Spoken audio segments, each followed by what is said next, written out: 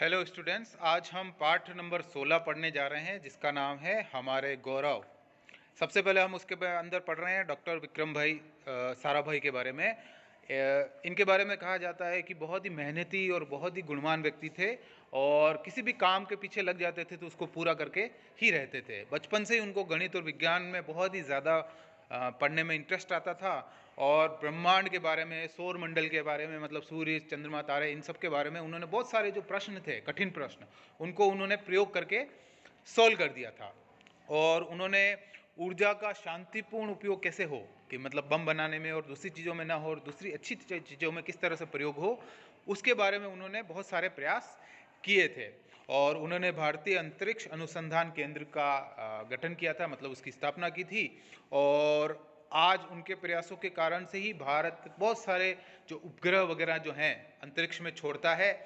और कहते हैं कि बहुत ही गुणवान व्यक्ति थे, बहुत ही लगन वाले व्यक्ति थे और अंतरिक्ष के क्षेत्र में और विज्ञान के क्षेत्र में उन्होंने जो भी काम किया उसके लिए आज हमारा जो देश है और पूरा वर्ल्ड जो है उनका बहुत ज़्यादा ऋणी है उनके प्रयासों के कारण। और इसके अलावा उनकी रुचि कला और शिक्षा और समाज में भी थी, विज्ञान के साथ साथ में। ठीक है ना। इसके बाद कुछ प्रश्न दे रखे हैं। अगले जो जिन पर हमको गौरव है वो है डॉक्टर होमी जहांगीर भाभा।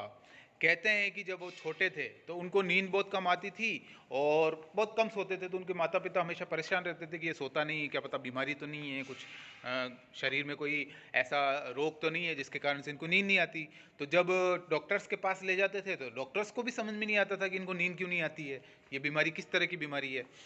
तो उन्होंने कहा कि आपके बच्चे के स्वास्थ्य में तो कोई खराबी नहीं है, मतलब डॉक्टरों ने कहा कि इसके स्वास्थ्य में कोई खराबी नहीं है, इसको कोई बीमारी नहीं है, लेकिन क्या है कि ये बहुत तेज बुद्धि के हैं। यानी कि डॉक्टर होमी जहांगीर बाबा जो थे, बचपन में नींद नहीं आती थी। तो क्यों नहीं आती थी, तो एक बार चिकित्सकों ने उनको कहा कि ये बहुत ही ज़्यादा तेज बुद्धि के हैं और इसके कारण से उनके दिमाग में कुछ ना कुछ नए नए प्रश्न चलते रहते हैं और कुछ ना कुछ नया नया विचार आता रहता है, तो उसको सोचते रहते हैं, तो इसलिए इनको नींद नहीं आती है। इसके बाद उनके माता पिता ने उनका ध्यान विज्ञान की ओर आकर्षित किया, मतलब विज्ञान के बारे में कि विज्ञान पढ़ना चाहिए, विज्ञान में क्या क्या हो सकता है उसके बारे में इनका ध्यान आकर्षित किया।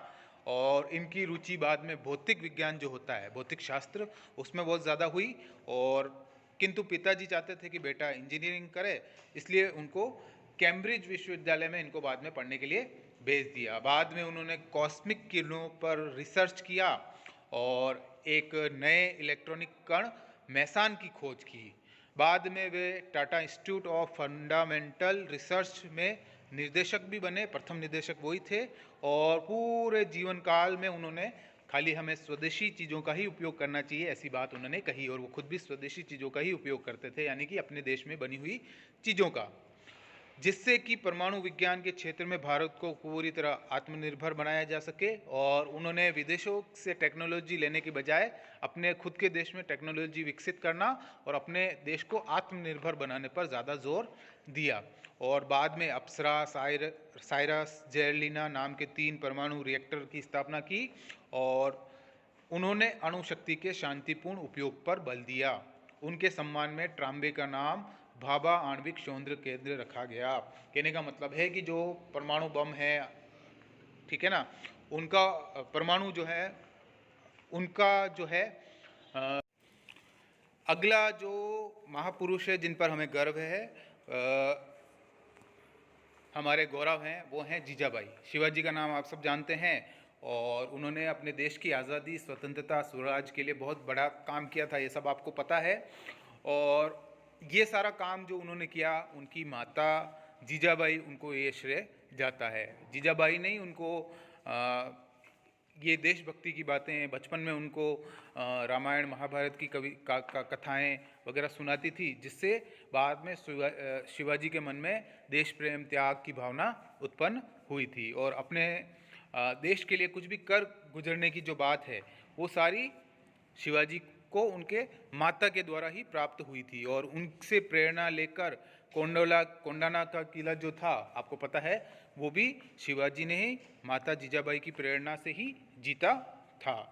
और विपत्ति के समय, यानी कि बुरा जब समय चल रहा है, उस समय शांति से विचार करना और बिना किसी गलती के योजना बनाना, ये भी शिवाजी ने अपनी माता जी से ही सीखा था। ठीक है ना। अगला है डॉक्टर भीमराव अंबेडकर। ये बचपन से ही बहुत ज़्यादा प्रतिभावान छात्र थे। इनका संबंध नागवंश से है। बाद में महार जाति के नाम से इनको जाने जाने लगा, इस जाति को। और उनका पूरा जीवन जो है, कहते हैं कि बहुत संघर्ष में गुजरा था, बहुत गरीबी में गुजरा था। एक अछूत के रूप में इनके परिवार को जाना जाता था। तो बचपन में बड़े इनको ताने वगैरह, लांछन, अपमान सहन करना पड़ता था। इसलिए बचपन से इन्होंने सोच लिया था कि ये जो लांछन, अपमान मुझे सहन करना पड़ रहा है, मेरे दूसरे साथियों को, बाद वाली पीढ़ियों को सहन ना करना पड़े।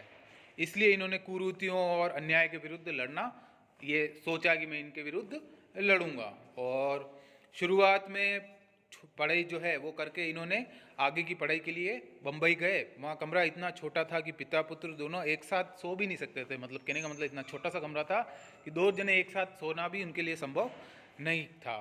भीमराव अंबेडकर जो थे, दीपक की रोशनी में पढ़ाई करते थे। और बाद में बड़ौदा रियासत जो है, वहाँ के राजा से उनको छात्रवृत्ति मिली और वो पढ़ने के लिए, आगे की पढ़ाई के लिए अमेरिका चले गए। उसके बाद अपना जो भारत को स्वतंत्र कराने का स्वतंत्रता संग्राम था, उसमें भी इन्होंने बाद में हिस्सा लिया।